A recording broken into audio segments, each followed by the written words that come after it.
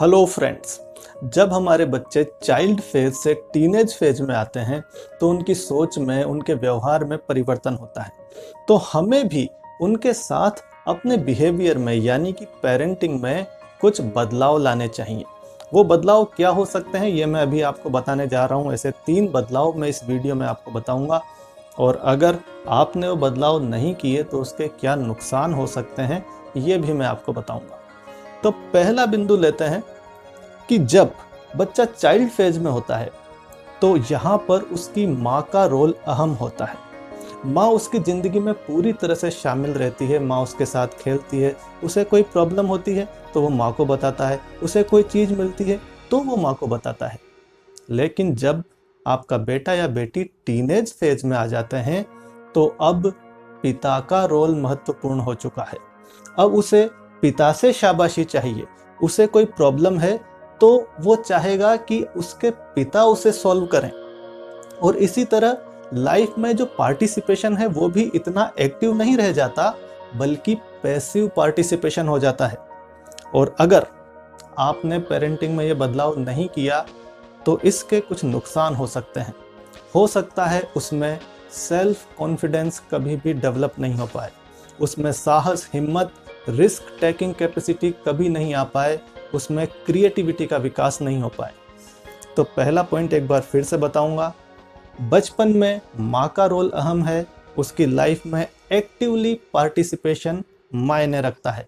लेकिन टीनेज में पिता का रोल अहम है और लाइफ में दखलंदाजी नहीं बल्कि पैसिव पार्टिसिपेशन होना चाहिए। दूसरा चेंज, जब बच्चा चाइल्ड फेज में है तब आप उसे खूब समय देते हैं। उसके समय देने में आपको किसी भी तरह का ब्रेन यूज नहीं करना पड़ता। आप उसके साथ खेलिए, आप उसे बस प्रेम दीजिए और कभी कभी उस बच्चे के साथ आप छोटी मोटी सख्ती भी कर सकते हैं। लेकिन जब वो टीनेज फेज में आ गया है अब यहाँ पर आपको खूब सारा समय देने की ज़रूरत नहीं है। यहाँ पर टाइम कम लेकिन टेक्निक्स ज़्यादा। आपके पास कुछ स्ट्रेटजीज होनी चाहिए, आपको यहाँ ब्रेन यूज करना होता है। और सख्ती या पिटाई टीन एज में बिल्कुल बंद हो जानी चाहिए, बिल्कुल नहीं होनी चाहिए। अगर आप ये बदलाव नहीं करते हैं तो आपके बेटे या बेटी के स्वभाव में एक रेबेलियन मूड आ सकता है, विद्रोही स्वभाव हो सकता है। स्कूल में, अपने खेल के मैदान में, घर में वो इस तरह का बिहेवियर कर सकता है। लाइफ टाइम एक अथॉरिटी को नहीं मानना, डिनाई करना, इस तरह की नेचर उसकी बन सकती है। तो ये दूसरा पॉइंट याद रखें।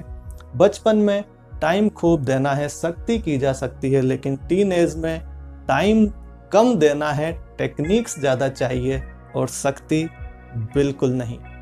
तीसरा बदलाव जो आपको करना है, चाइल्ड फेज में पेरेंट्स ही उसके लिए रोल मॉडल है।